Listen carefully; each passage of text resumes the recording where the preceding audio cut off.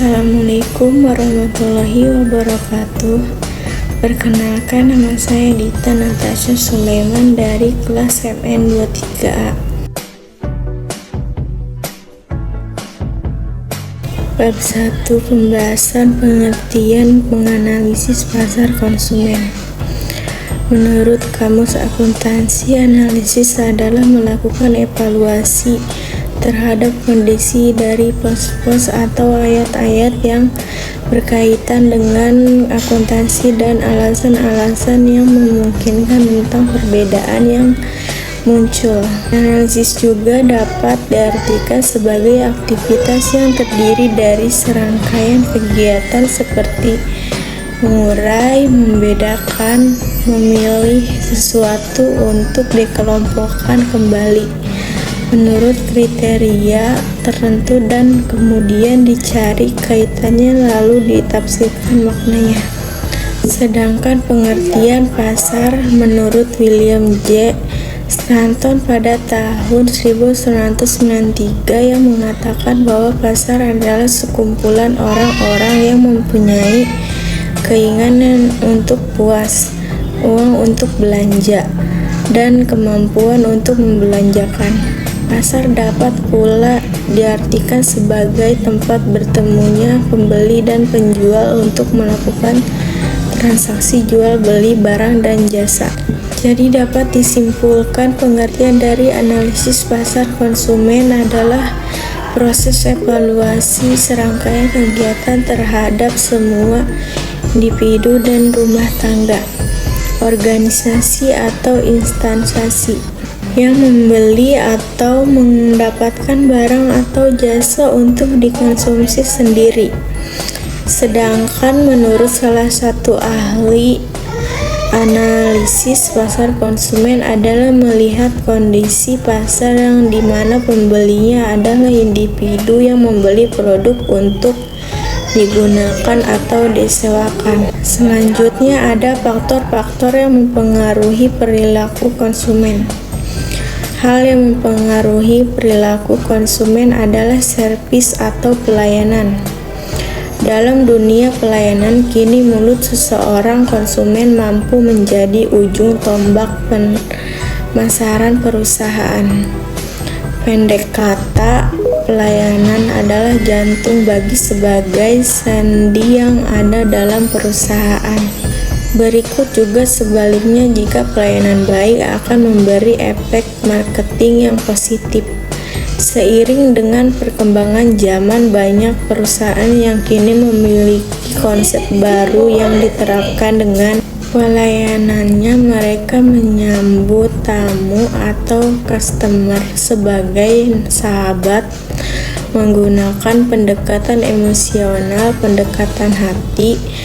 Pendekatan ini akhirnya membuat customer merasa spesial, friendly, merasa dekat, tidak ada jarak, dan seolah termasuk orang yang ada di dalam perusahaan. Di tangan pelayananlah pembeli akan menjadi marketing dan pelanggan. 1. Ada faktor personal karakter konsumen. Faktor personal meliputi berbagai aspek seperti usia, gender, etnis, penghasilan, tahap siklus hidup keluarga, pekerjaan, situasi ekonomi, gaya hidup, kepribadian, dan konsep diri. Contoh sederhana, pekerjaan atau profesi seseorang mempengaruhi pilihan barang dan jasa yang dibeli, eksklusif, bisnis dokter bedah, buruh bangunan, dan mekanik di bengkel reparasi mobil bakal memilih busana yang berbeda untuk dikenakan di tempat kerja. Dan yang ketiga, ada faktor kultural budaya. Faktor kultural meliputi budaya, subbudaya, dan kelas sosial. Pemasar wajib memahami peranan faktor kultural dalam membentuk perilaku konsumen. Selanjutnya ada hubungan pemasok barang dan pelanggan. Perbedaan pasar bisnis dengan pasar konsumen yang terakhir bisa dilihat dari segi hubungan antara pemasok barang dan pelangganan. Perbedaan pasar bisnis dengan pasar konsumen yang terakhir bisa dilihat dari segi hubungan antara pemasok barang dan pelangganannya. Dalam konteks pasar bisnis, hubungan antara pemasok dan pelanggan akan lebih dekat karena jumlah pemain dari pasar bisnis memang tidak banyak. Selain itu, nilai bisnis dan di sini lumayan besar sehingga memerlukan interaksi lebih erat. Selanjutnya ada perbedaan pasar bisnis dan pasar konsumen.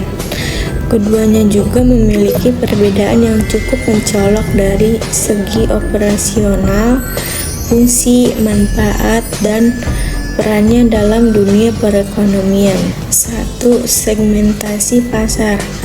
Perbedaan pasar bisnis dan pasar konsumen paling terlihat dari segmentasi pasar yang diterapkan. Pada dasarnya, segmentasi pada kedua pasar ini dicenderungkan sama karena keduanya melakukan proses jual beli barang atau jasa. Selanjutnya ada karakteristik khas permintaan barang. Ciri khas permintaan barang yang ada dalam pasar bisnis dan konsumen cenderung berbeda, diawali dari sifat permintaan pada pasar bisnis yang merupakan turunan dari permintaan konsumen, yang artinya permintaan tersebut dipengaruhi oleh besar kecilnya kuantitas permintaan yang berasal dari para konsumen. Kemudian stabilitas permintaan barang di pasar bisnis juga relatif mudah terganggu daripada di pasar konsumen, sehingga ketersediaan stok barangnya harus diperhatikan dan benar-benar dijaga sebaik mungkin. Selanjutnya, struktur pasar. Dalam perbedaan struktur pasar, pasar bisnis lebih didominasi oleh jumlah pembeli yang kecil dengan kapasitas pembelian yang besar. Sedangkan di pasar konsumen akan melibatkan pembeli dengan kuantitas banyak, tetapi jumlah pembelian masing-masing akan relatif kecil. Selanjutnya, karakteristik strategi pemasaran. Dari segi karakteristik pemasaran, pasar bisnis lebih menekankan pada kinerja keuntungan para penjual di dalamnya. Sebaliknya, pasar konsumen berfokus pada pangsa pasar atau kuantitas target konsumen yang akan melakukan pembelian terhadap barang atau jasa setiap harinya.